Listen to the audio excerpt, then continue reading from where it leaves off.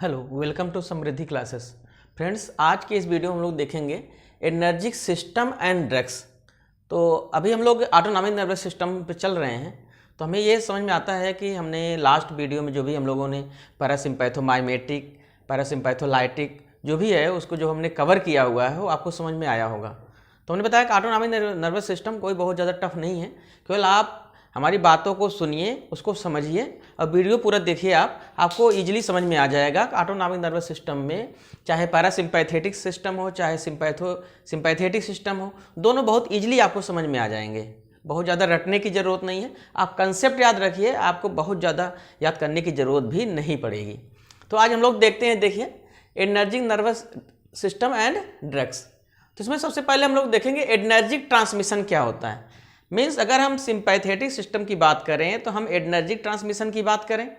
Parasympathetic की बात किया था, जो ट्रांसमिशन होता है वो स्टाइलकोलिन के थ्रू होता है।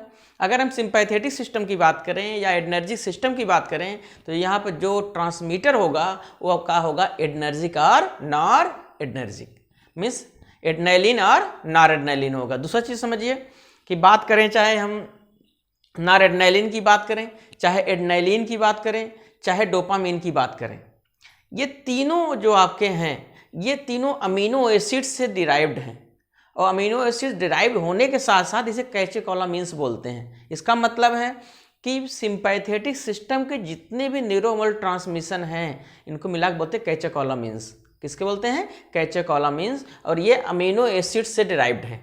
अब बात ये आती है कि अगर हम बात करें नॉरएड्रेनालिन की, नॉरएड्रेनालिन क्या है? Transmitter in the post ganglionic sympathetic site and certain area of brain. Means अगर गैंग्लियनिक सिंपैथेटिक साइट पे हो, पोस्ट गैंग्लियनिक सिंपैथेटिक साइट्स हो, सर्टेन एरिया हो ब्रेन का, यहाँ पर जो न्यूरोमल ट्रांसमीटर होगा वो आपका होगा नॉरएड्रेनालिन।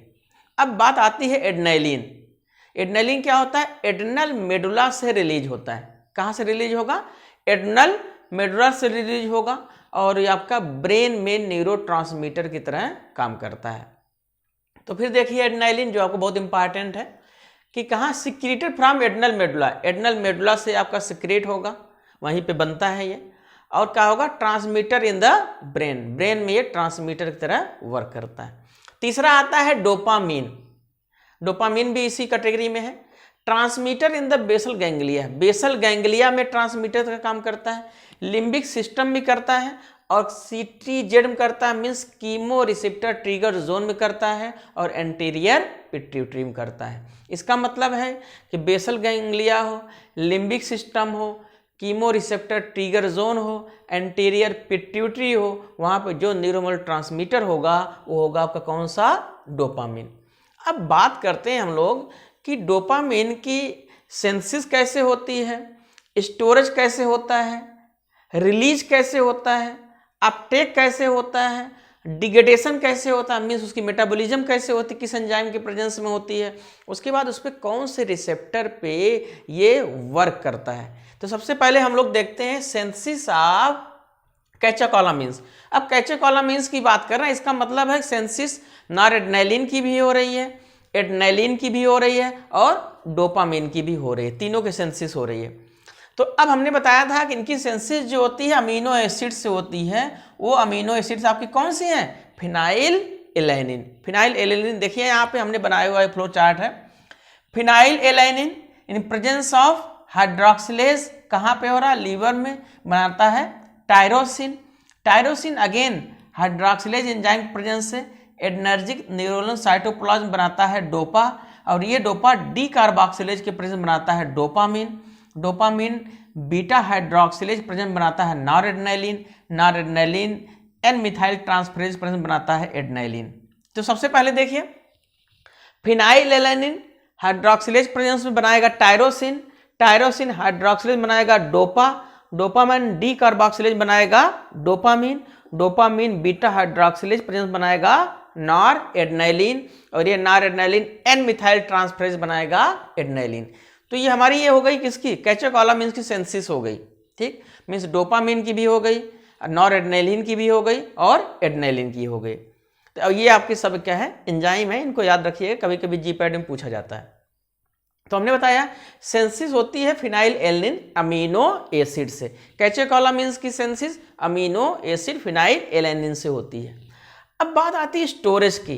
तो स्टोरेज क्या है? सिनेप्टिक वेसिकल और ग्रेनुल में जो आपका एडर्जिक नर्व एंडिंग होती है, एडर्जिक नर्व एंडिंग में जहाँ पे आपके कैटेकोलामिन की सेंसिस हो रही है, कौन सा नर्व है? एडर्जिक नर्व एंडिंग में होती है। वहाँ पे सिनेप्टिक वेसिकल हो या ग्रेनुल्स हो, वहाँ पे क्या होता है? वहीं पे ये स्टोर्ड होते हैं। अब आता है कि रिलीज कैसे होता है। तो जो आपका क्या है कि नर्व इम्पल्स रिलीज इनका होता है। नर्व इम्पल्स कपल्ड रिलीज होता है कि जैसे नर्व इम्पल्स होगा, स्टिमुलेशन होगा, ये क्या करते हैं कि यहाँ पे नॉरएड्रेनालिन, एड्रेनालिन, डोपामिन, तीनों कैटेकोलामिन्स जितने भी आपके हैं, ये क्या होते हैं? रिलीज हो जाते हैं। वहाँ से आपके आएंगे एक्सोनल मेम्ब्रेन, वेसिकल से एक्सोनल मेम्ब्रेन आएंगे, एक्सोनल मेम्ब्रेन से क्या होंगे? फ्लूइडाइज्ड होंगे कैल्शियम के प्रेजेंस में, और वो बाहर निकल जाएंगे। जैसे बाहर निकलते हैं आपके अल्फा और बीटा रिसेप्टर से बाइंड कर जाते हैं, बनाएंगे ड्रग रिसेप्टर कॉम्प्लेक्स। अब देखिए कि अब हमने बताया कि आपके न्यूरोट्रांसमीटर रिलीज हो गए, रिसेप्टर से बाइंड हो गए। कभी कभी क्या होता है कि ये न्यूरोट्रांसमीटर ज़्यादा अमाउंट में रिलीज हो जाते हैं। जब ज़्यादा अमाउंट रिलीज हो जाते हैं तो इनका क्या होता है? रीअपटेक होता है। तो पहला रीअपटेक देखिए एक्सोनल होता है। एक्सोनल क्या होगा? हमने बताया कि ये आपका है, ये एक्सोनल है। दूसरा है ग्रेनुलर अपटेक। ये क्या होगा कि यहाँ वेसिकल्स हैं जिसमें आपके नॉरएड्रेनालिन रिलीज होते हैं, इसे बोलते हैं ग्रेनुलर रीअपटेक, इसे बोलते हैं एक्सोनल रीअपटेक। हम लोग नेक्स्ट वीडियो में इसको आपको फिगर से हम लोग समझेंगे। तो दो चीजें हो गई रीअपटेक में, एक्सोनल अपटेक और ग्रेनुलर अपटेक। उसके बाद आता है मेटाबॉलिज्म कि कैटेकोलामिन्स की मेटाबॉलिज्म किस एंजाइम के प्रेजेंस में होती है। तो यहाँ पे दो एंजाइम्स हैं, वो आपके हैं mono amino oxidase and catechol O methyl transferase. दो एंजाइम ऐसे हैं जो कैटेकोलामिन्स के ब्रेकडाउन करते हैं या उनकी मेटाबॉलिज्म करते हैं। कंफ्यूज मत होइएगा, यहाँ पे दो एंजाइम्स हैं, mono amino oxidase, कैटेकोला O methyl transferase. किसके लिए है? एनर्जी सिस्टम के लिए है।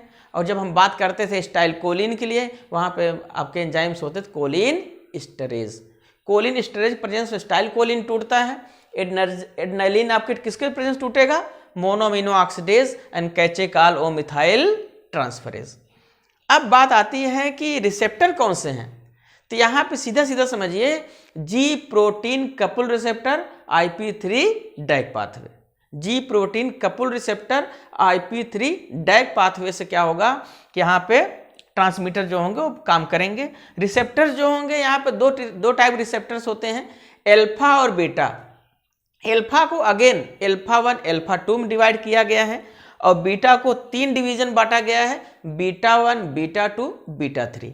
तो आज हम लोगों ने इस वीडियो में देखा है कि एनर्जिक सिस्टम, उसकी ड्रग्स क्या है, मीन्स कैटेकोलामिन्स क्या है, कौन कौन से न्यूरोमल ट्रांसमीटर हैं, ठीक है, कि कैटेकोलामिन्स की सेंसिस कहाँ पे होती है, किस अमीनो एसिड से होती है, स्टोरेज कैसे होता है, रिलीज कैसे होता है, अपटेक कैसे होता है, मेटाबॉलिज्म कैसे होती है और एडर्जिक रिसेप्टर कौन कौन से हैं। तो नेक्स्ट वीडियो में हम लोग समझेंगे, इसको फिगर्स थ्रू समझेंगे।